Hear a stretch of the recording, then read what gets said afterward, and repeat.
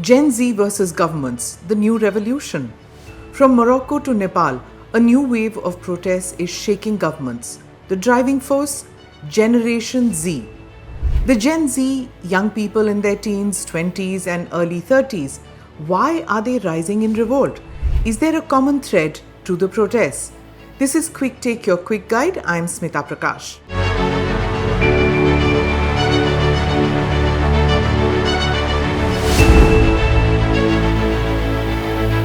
In 2024 and 25, large-scale youth-led protests have erupted in over a dozen countries.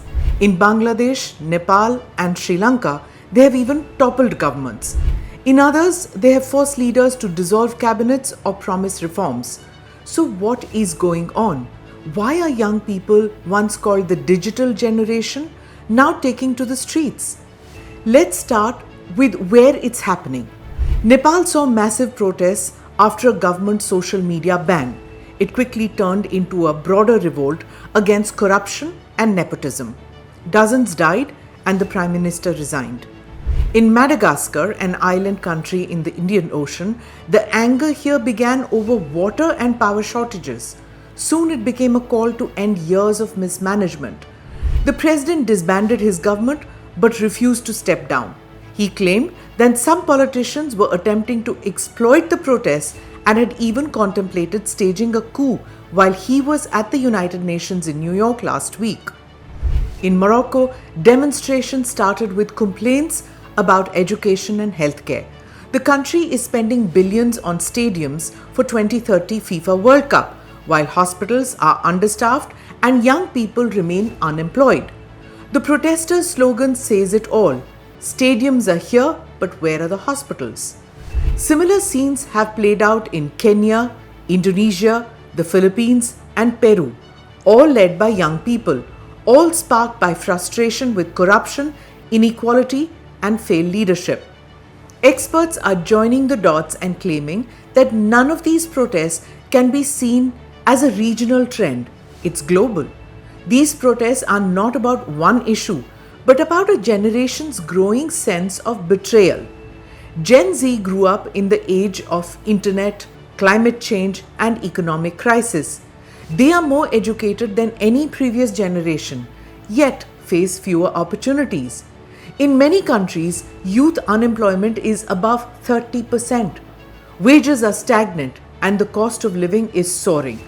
Political power, however, remains in the hands of aging elites.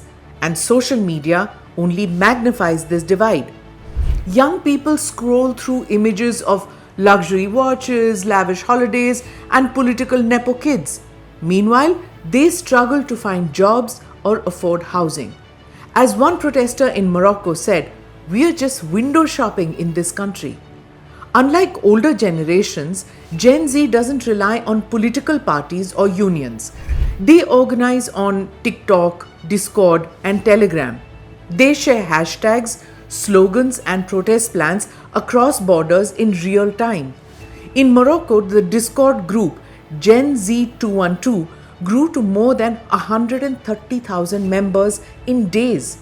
In Madagascar, protests started on Facebook and TikTok before moving to the streets. These leaderless, decentralized approaches make the movement harder to stop. It's fast, viral, and deeply connected. As one expert put it, they are holding each other's hands across national borders. So should governments be worried? Yes, and not just because these protests often turn violent and result in loss of life. They should be worried because they reveal a deep loss of trust with elected governments and systems. In India, some can take a dig at that. For a generation that can queue for hours to buy the latest iPhone, hitting the streets for their rights seem like a harder sell. But young people no longer believe traditional politics can fix their problems. They are demanding accountability, transparency, and opportunity. And when they don't get it, they take matters into their own hands, peacefully or otherwise. The message from Gen Z is loud and clear. Enough with corruption, enough with inequality, enough with being ignored. It's a generation demanding a seat at the table. But another point to be noted is that though digital mobilization is great for rapid scaling and awareness, sustaining long term action, which requires logistics, funding, and coordination on ground, is more difficult. Online activism also faces problems like slacktivism, which translates to low cost of engagement that leads to superficial participation, misinformation, or just fatigue. These movements often begin with strong emotional triggers. That energy is powerful, that can fade if not channeled into institutional pathways like political parties, unions, or NGOs. Sustained protest requires resources, funding, legal support, media outreach, physical logistics. Gen Z led protests have been successful in some countries, and in others they struggle to sustain momentum over longer periods. In India too, in recent times, there have been Gen Z protests. In 2017, pro and anti-Jallikattu protests in Tamil Nadu. In 2019 and 20, anti-CAA protests in Shaheen Bagh and Jamia in Delhi. In 2024-25, exam leak protests in various states.